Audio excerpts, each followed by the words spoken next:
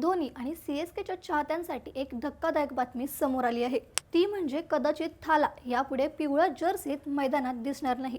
हो, तुम्ही एकदम बरोबर ऐकलत। पूर्ण अपडेट सांगते, पण त्यासाठी ही रील शेवटपर्यंत पहा आणि थोडक्यातला फॉलो करा, कारण तुमच्या आणि सबंध महाराष्ट्राच्या प्रेमामुळे थोडक्यातने यशस्वीरित्या 11 वर्ष पूर्ण केली आहेत। आता वळूया आपल्या मुख्य विषयाकडे।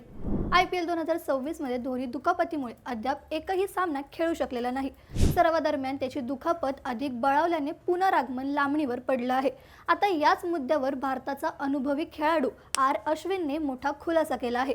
अश्विनच्या मते धोनी मैदानात परतल्यास चेन्नई संघाचं सध्याचं विजयी समीकरण पूर्णपणे बिघडू शकतं, जे संघ व्यवस्थापनेला परवडणार नाही। मात्र त्याने एक विशेष अट सांगितली आहे।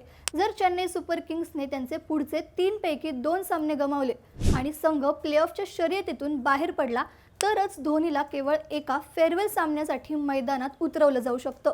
अश्विनने हेही सांगितलं आहे की धोनी सध्या मुद्दाम कॅमेऱ्यासमोर येत नाहीये, कारण त्यामुळे खेळाडूंचं लक्ष विचलित होऊ शकतं। चेन्नईला आता प्लेऑफ गाठण्यासाठी उर्वरित सर्व सामने जिंकणं अनिवार्य असून संघ सध्या गुणतालिकेत 6व्या क्रमांकावर आहे। मग तुम्हाला काय वाटतं, धोनीने एक तरी सामना खेळायला हवा का?